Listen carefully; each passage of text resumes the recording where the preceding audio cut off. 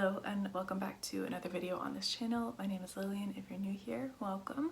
I really like to talk about books and writing and all things creativity. And in honor of International Women's Day, which was this past week, and it is also Women's History Month here in the US, I wanted to make a video talking about some of my favorite feminist nonfiction, activists, as well as articles and books. A smattering here and there of things that, if you're interested, you can put on your TBR for this month or save for another month. These recommendations are coming from things that I have read myself, but as always, I'm more than happy to hear about other feminist texts that you would recommend to me that I haven't heard of before, or even if I have, and just give me a reminder to read them. One of my goals for 2023 is to read more nonfiction, and that includes a lot of the feminist nonfiction books that I have accumulated on my shelves. Point being, feminist nonfiction, gender studies are things that I'm very passionate about. I was a women's studies minor in college, and I'm always hungry to learn more. And so with that, let's get into the meat of this video. But starting off here, I wanted to first of all mention the incredible Angela Davis. She has been a huge inspiration to me via her books, her activism, her speeches. She is a political activist, philosopher, academic, and author, along with currently being a professor at the University of California, Santa Cruz. She was a very prolific activist during the American Civil Rights Movement, and her political mindset was definitely shaped by her childhood growing up in the Jim Crow South in America and witnessing firsthand countless acts of white terrorism against Black families and individuals. She writes extensively on themes of class, gender, race, and especially the US prison system, with which she's very familiar, firstly being wrongfully accused back in the 70s of murder and being imprisoned for about a year before her trial where she was acquitted. And her time in prison and interacting with the women that were also in prison with her inspired her to make prison abolition and critiquing the US prison system a huge part of her life's work. I repeatedly recommend Angela Davis, one, because I think she is an incredible scholar, activist, and author, but also chiefly because her writing is so accessible. She's able to take on these larger social issues and ideas that can be rather complex and very academic topics and make them very comprehensive and digestible to just about anyone. Personally, I started with her book Women, Race, and Class, which I would highly recommend, but I would also highly recommend any of her books. All of the books, articles, and interviews that I mention in today's video, I will be linking them in the show notes, so don't worry about that. Angela Davis is well known as a public speaker at various political rallies and political movements. So I also wanted to recommend an interview that she did with CBS in the last few years, talking about continuing the fight for change and sort of her legacy as well as her current drive and passion to continue fighting for these political movements. There is a shorter version, about 7 minutes or so, and then there's also an extended cut of that interview that is 20 minutes long. I would highly recommend that you go and watch it. Next up is a book recommendation, Sweatshop Warriors, Immigrant Women Workers Take on the Global Factory by Miriam, Ching, Yoon, Louie. This came out in 2001. This is a really in-depth but also still accessible analysis of immigration, labor, trade policies, which combined all have forced immigrant women into really dangerous and poorly paid jobs as a means of survival in the US. It showcases these immigrant women speaking out for themselves, telling their stories. It also discusses the underbelly of sweatshops within the supply chains of a lot of major retailers in the US. This book is a really interesting look into the identities of these sweatshop workers and also how they are organizing and leading campaigns fighting for their rights. The next book that I'm going to recommend is The Purity Myth: How America's Obsession with Virginity is Hurting Young Women. This is by Jessica M. Valente and came out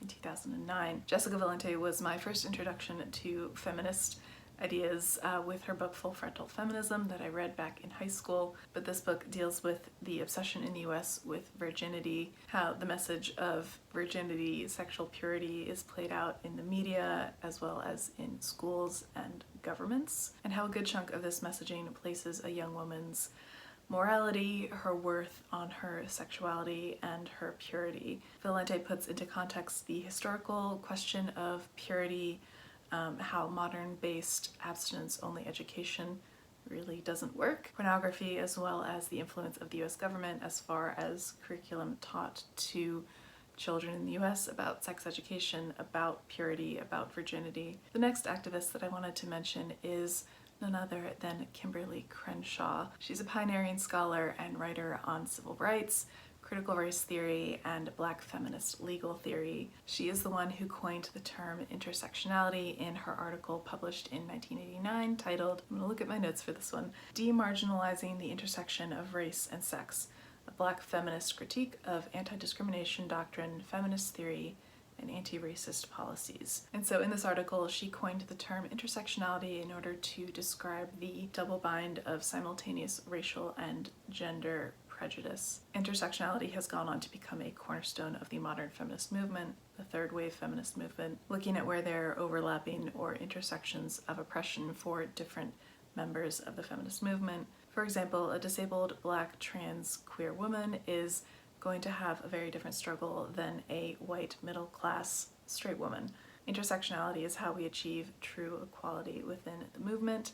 To quote Maya Angelou, the truth is none of us can be free until all of us can be free. If your social activism, whatever kind, doesn't have an intersectional lens, and you are excluding certain groups such as trans folks, disabled folks, queer folks, then in reality you aren't fighting for equality, you're fighting to become the next oppressor. Kimberlé Crenshaw is currently a law professor at Columbia University, as well as the host of the wonderful podcast Intersectionality Matters! Where she hosts a variety of guests for discussion on various topics, including current events. There have been several recent episodes about voter suppression in the Black community, discussions of critical race theory in schools, all very poignant and important topics, and I highly recommend that you go and check out her podcast. I'll be linking to Crenshaw's original 1989 article that she published that coined the term intersectionality, as well as two other articles, one being Crenshaw on intersectionality more than a decade later that was published by Columbia Law back in 2017, as well as a piece from Vox published in 2019 titled The Intersectionality Wars. Another book recommendation that I have for you is Transgender History by Susan Stryker. This came out in 2008 originally, and it covers American transgender history from the mid-20th century to today, or when this was published back in the 2000s. Each chapter covers major movements, writing, events. If you're looking for an easy, beginner-friendly look into transgender history, of which there is so much more than is written in this book, but this book is a good place to start, then I think that this is definitely a good one to go with. I also really want to recommend Janet Mock's incredible memoir, Redefining Realness, My Path to Womanhood, Love, and So Much More, which came out in 2014. If you have the opportunity to listen to the audiobook of this, I would highly recommend that. Janet Mock narrates it herself, and her voice is just wonderful to listen to. This is a beautifully written memoir, very heartfelt, very insightful. It's about Janet Mock's childhood, growing up, coming into adulthood as a trans woman. Next, let's talk about the incredible, prolific author and activist Bell Hooks. She tragically passed away in 2021 at age 69, but she left behind her a huge body of work, publishing more than 40 books in her lifetime. This included nonfiction, poetry, essay collections, as well as a few children's books. Her work often explored the intersectionality of race, capitalism, and gender. The two books that I would recommend as intros to her work as far as feminist nonfiction goes would be Ain't I a Woman? Black Women and Feminism. This was originally published in 1981, but I think it's still very relevant. And then also Feminism is for Everybody, Passionate Politics, that was published in 2000. Both of these are very slim books. They're very easy to get through. I would highly recommend them. The next book that I'm going to recommend is Without a Net, The Female Experience of Growing Up Working Class. This is edited by Michelle T.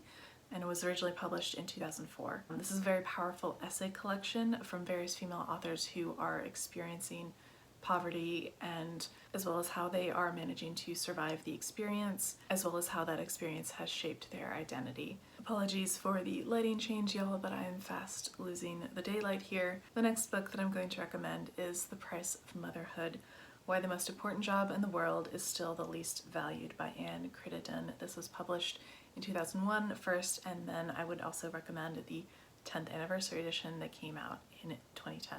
I believe the 10-year anniversary edition has a little bit more updated info, so I think I would go with that one if you are looking for it. This is a really fascinating analysis of motherhood through the lens of history, child development, economics, and law. It's an in-depth look at how the US rewards, but more often than not penalizes parenthood. The thesis of this book is that parents, often mothers specifically, provide a free service of raising a child and provide society with law-abiding, tax-paying citizens. Society as a whole benefits from the situation, but parents on the whole are left to deal with the exorbitant cost of raising a child in the US with little to no government support. How the cost of daycare can be very prohibitive to a lot of families as far as planning out careers and financial moves. So more often than not, you have a parent who takes on a large chunk of or the full extent of childcare, staying at home with their children or working part-time, and that parent, which is more often than not the mother,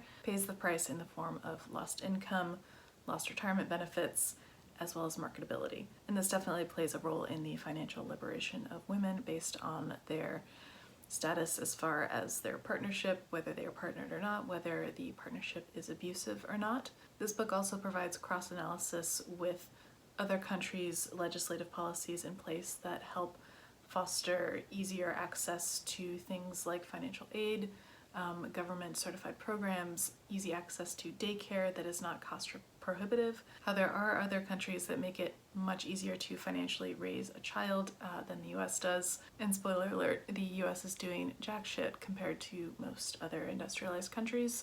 The next author and activist that I want to talk about is Audre Lorde. Audre Lorde was a self-described Black, lesbian, feminist scholar, socialist, mother, warrior, poet, who, quote, dedicated both her life and her creative talent to confronting and addressing injustices of racism, sexism, classism, and homophobia. She was also an incredible poet. I have a collection of her collected poetry that is on my shelf that I'm very excited to get to later this year. But the book of hers that I'm going to highly recommend to you, though I would recommend any of them, is Sister Outsider, that originally was published in 1984. This is a collection of her essays. If you've heard of this book, if you have a copy of this book, this is your reminder to pick it up as soon as possible. I feel like this is the kind of book that I just need to have extra copies of so I can just hand it out to people when it comes up in conversation and just essentially yell at them to read it. Her most famous essay, The Master's Tools Will Not Dismantle the Master's House, is absolutely incredible. It's in this collection, and I will also link to it separately in the show notes as well if you're interested in reading it and don't have a copy of this book. In it, she concludes that in order to bring about real change within society, we can't do it within the existing framework of white supremacy and patriarchy if we're going to enact meaningful change and change that lasts. Lorde and this essay collection are definitely forerunners within the development of intersectional feminist theory that Crenshaw later developed. And the last book that I'm going to recommend before I recommend to you a few articles is Unbearable Weight: Feminism, Western Culture, and the Body by Susan Bordeaux. This was published in 1993. This is probably the most personally influential book that I read in college. It was assigned to me during a modern feminism seminar that I was taking, and it had such a huge impact on me. This book did come out in the early 90s, I will give it that caveat, but however, I still found it to be very relevant and profound when I was reading it in college in the 2010s, and I wouldn't be surprised if it is still somewhat relevant in the 2020s. Here, I'm planning on rereading it hopefully in the next year or so. In this book, Bordeaux analyzes a whole range of issues connected with the body, weight, weight loss, exercise, media images and messaging, movies, advertising, and how they have all had such a negative effect on surrounding female body image and the existence and rise of eating disorders. Bordeaux really clearly breaks down the personal and cultural effects of a society that is inundated with subtle and not so subtle messages about how your body should look. Body image can be something that's really difficult to talk about, especially if you feel guilty for feeling bad about your body, especially when women are already told that being obsessed with things like appearance is superficial, it's vain, it's frivolous. This book provides a much needed breathing space for anyone who has internalized a lot of the media messages surrounding body and the idea of the perfect body. Growing up, and especially in college, I really struggled with body dysmorphia and anxiety around my appearance, how my body looked. This book was one of the first things that I really came across that gave me the tools to put these feelings into words, as well as realize where these ideas were actually coming from. And it allowed me to start recognizing the self-hatred and self-critique that I was turning inward on myself, and being able to start counteracting it and having it not have such a huge impact on my life. I was able to start externalizing that hatred and shifting my focus from myself to the culture that produces and perpetuates these messages. I will be forever grateful to this book. And last but not least, I'm going to mention and link to some articles about feminist topics that these books haven't touched on yet, as well as if you're looking for a few shorter reads to engage with during Women's History Month, these are some good options. First off, we have the Combahee River Collective statement that was published in 1977. The Combahee River Collective was a group of Black feminist lesbians who organized and were active between 1974 and 1980. This group was created because there was a sense that both the feminist movement and the Black civil rights movement didn't reflect the particular needs of Black women and lesbians. The statement itself stands as a compelling historical document written by Black feminists that highlights the reality of intersectionality, especially in comparison with other documents that were being written and produced at the time and previous to it.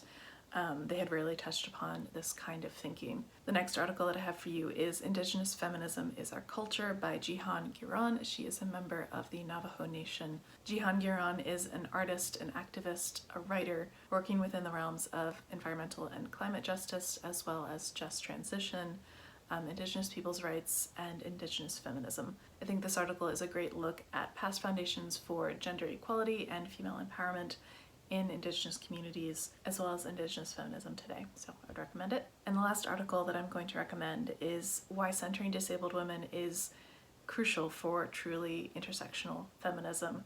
This was written by Kara Lebowitz, published in 2019 on the website The Body Is Not an Apology, which I would also highly recommend that you go and check out. This is a great article touching on a lot of the intro and high points of the intersection of disability rights activism, feminism, and why the two both need intersectionality in order to be successful. But I think that about wraps it up, my friends. I hope you enjoyed today's video. Let me know what you thought in the comments. Also give me your recommendations for further feminist texts to read. I am more than happy to make a TBR list of all of them. If you enjoyed this video, feel free to give it a thumbs up. It definitely helps my channel grow. I really appreciate it. And with that, I think I'm going to wrap this video up, and I will see you in the next one.